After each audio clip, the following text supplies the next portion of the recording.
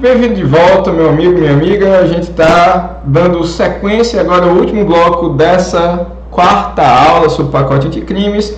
Vamos ver até onde a gente consegue ir, beleza? Então vamos. Quarto assunto da aula de hoje é o acordo de não persecução penal. Professor, já foi? Não, olha o detalhe. Persecução civil é algo que alterou o pacote anticrimes, alterou a lei de improbidade administrativa, a famosa LIA. Também teve alteração pelo pacote anticrime. E onde foi a alteração, professor? Lá no artigo 17, principalmente o parágrafo 1º, onde antes havia um impedimento a se aplicar acordos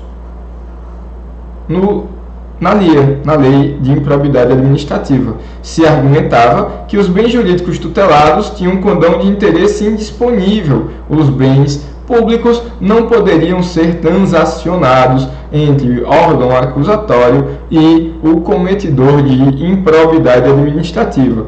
Mas boa parte da doutrina argumentava em contrário e dizia: olha, não adianta nada, eu tenho um processo de improbidade administrativa, suspender os direitos políticos de alguém, aplicar outras sanções e, no final das contas, o prejuízo ao erário público permanecer.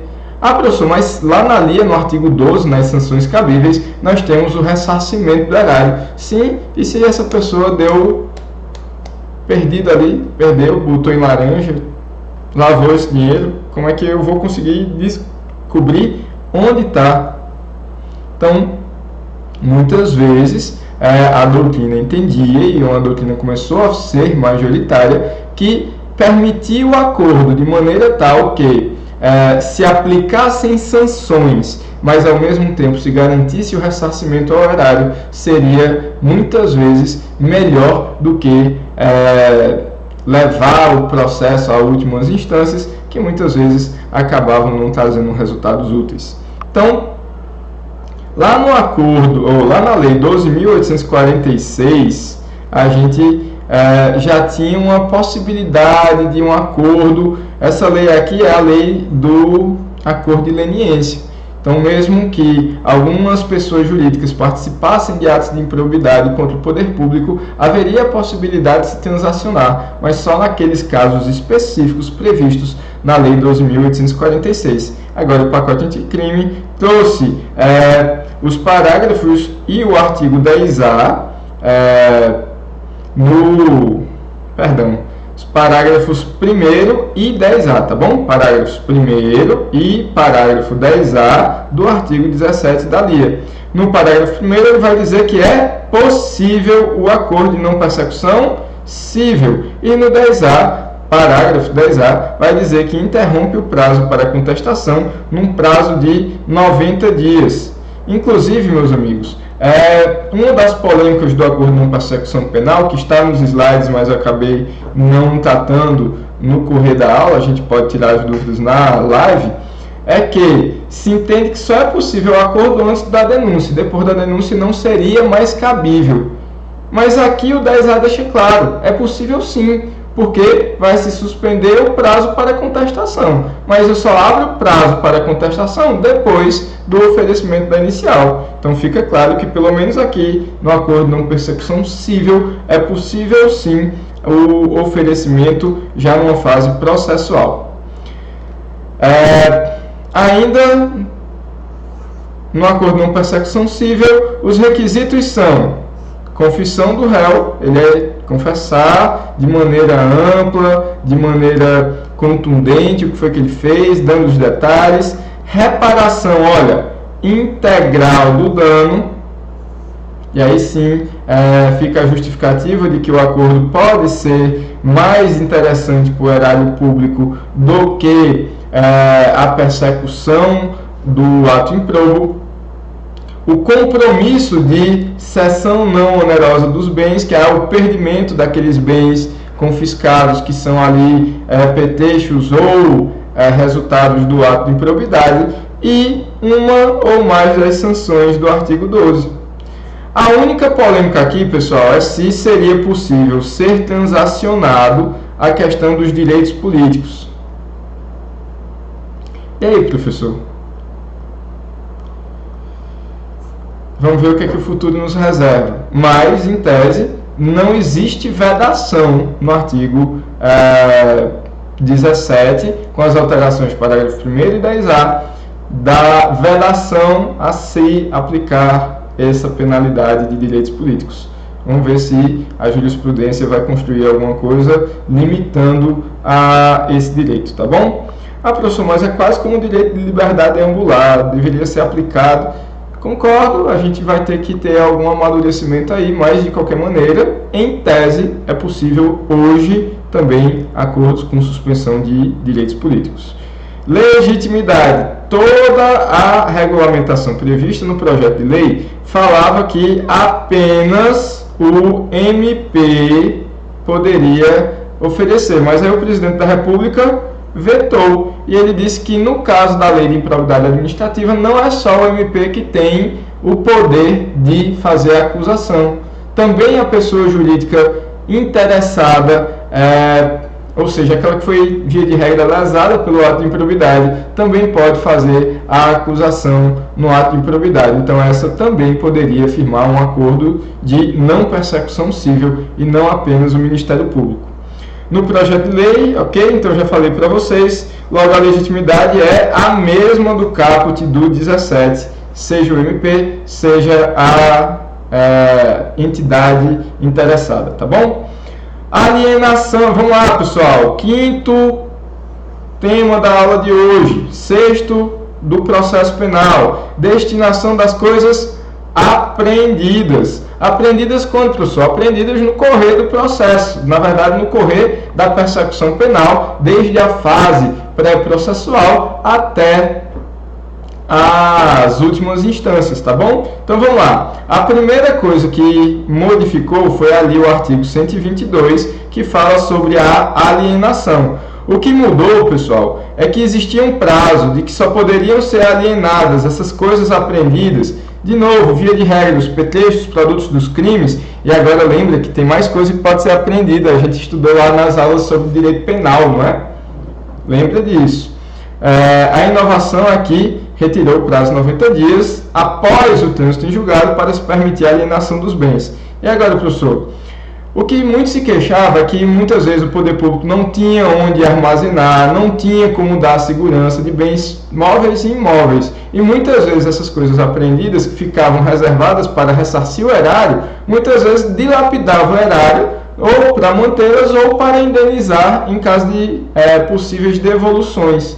Então, nesse caso aqui, haverá uma avaliação judicial, se tentará alienar em algumas situações, mesmo antes do final do processo, e se for o caso da inocência do cidadão, devolve aquele valor apurado com a venda. Tá ok? Então, não tem mais o prazo de 90 dias após o trânsito em julgado.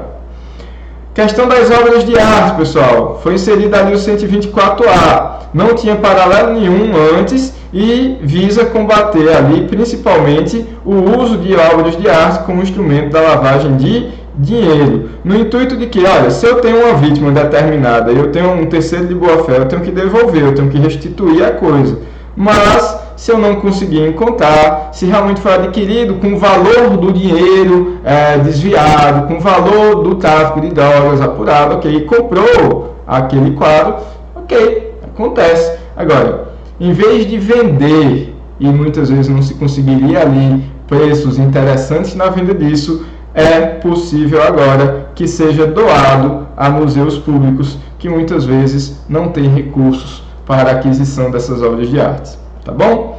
Ainda sobre a destinação das coisas apreendidas, meus amigos. A finalização do sequestro. Quando é que acaba o sequestro, professor? Então, parágrafo 2º do 133. A destinação dos valores que não couber lesado a terceiro de boa-fé será destinado o fundo penitenciário. O que é isso, professor? Aqueles bens que foram apreendidos durante as fases de investigação e que não for caso de devolver, é claro, para o investigado, que agora já é réu, provavelmente às vezes até condenado, Encerrei o processo, aquilo que estava sequestrado agora pode ser vendido. O que não for para devolver para terceiros de boa-fé ou para as vítimas, para as suas indenizações, será revertido em favor do fundo penitenciário. Isso aqui do fundo penitenciário, antes ia para o erário público, para a União ou para os estados. Agora vai ficar bem claro que se for no âmbito da Justiça Federal, vai para o sistema penitenciário da União, se for dos estados, para o sistema penitenciário estadual. Além disso, pessoal, a utilização dos bens sequestrados, isso aqui provavelmente é uma das maiores inovações. Muito se falou, já se viu por aí, polícia de São Paulo rodando em Jaguar, rodando em Porsche Cayenne, teve um caso da Polícia Rodoviária do Paraná, que estava andando num Dodge. Então, o que é isso, professor? O que é que muitas vezes aqueles bens apreendidos ou sequestrados, eles podem ser úteis no combate à criminalidade, via de regra, no sistema prisional, nas perícias, sei lá, foi apreendido computadores de última geração, que legal, vamos transferir para perícias ali, para buscas de lavagem de dinheiro, de crimes cibernéticos. Então, foi apreendido um carro de alta velocidade, a Polícia Rodoviária Federal precisa fazer algumas perseguições, às vezes, então, nada mais justo do que utilizar o produto dos crimes que foram apreendidos em favor do combate à criminalidade. Antigamente existia apenas na lei de drogas, passou a ser tratado agora no artigo 133A do CPP, de maneira tal que agora se aplica praticamente em todas as situações, cabe para bens móveis e imóveis, é uma espécie de medida cautelar daqueles bens que foram apreendidos. E olha, meus amigos, o uso sempre dependerá de autorização judicial. E o juiz determinará, inclusive, a avaliação daquele bem, toda uma perícia sobre ele, porque se for o caso de devolver e houver deterioração, deverá o poder público que se utilizou daquele bem restituir com os valores de indenização pela deterioração. Tá ok?